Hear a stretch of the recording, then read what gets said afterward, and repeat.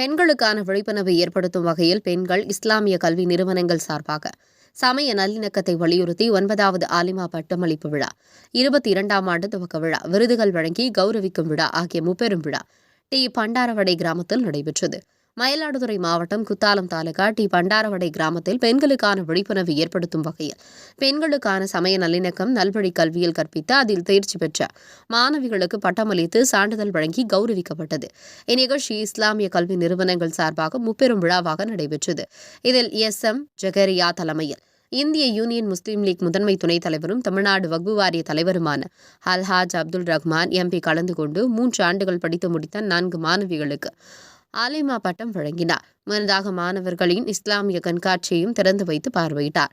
இந்நிகழ்ச்சியில் ஊர் நாட்டாண்மை, பஞ்சாயத்தார்கள், முக்கியஸ்தர்கள் நஜ்முல்லா, ஹமனுல்லாஜ், அப்துல் வாஹித், முகமது இக்பால் ஆகியோர் மாணவிகளுக்கு பரிசு வழங்கி சிறப்பித்தார்கள். நிகழ்ச்சியில் 1000க்கும் மேற்பட்ட இஸ்லாமிய பெண்கள் மற்றும் ஆண்கள் என ஏராளமானோர் கலந்து கொண்டனர்.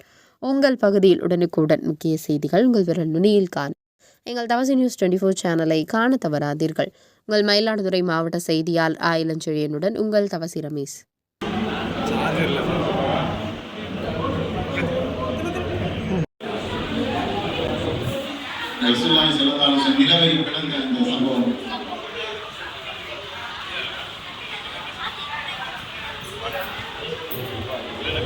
உஹது போர் நடந்த அந்த நிகழ்வு அந்த மேடையில் நிற்க சொன்னாங்க. மலையில் அந்த நிகழ்வும் கீழே ஏற்பட்ட அந்த ஷஹீதோட அந்த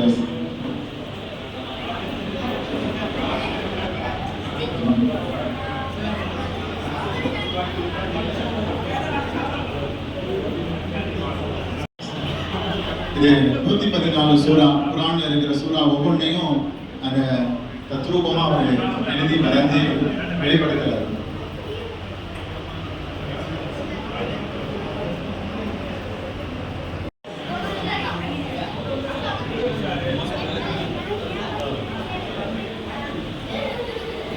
நரக படுகொலை எப்படி இருக்கும் அப்படிங்கிறது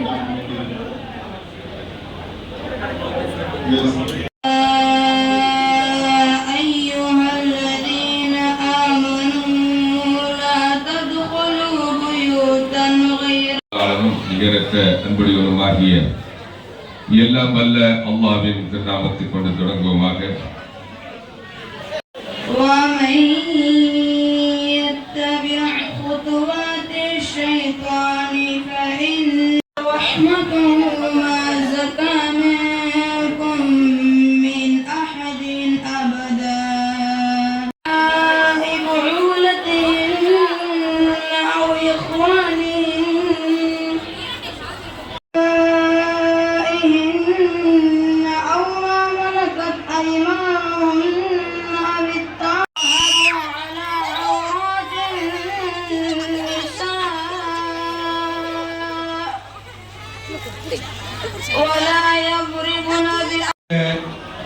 சகோதர சகோதரிகளே,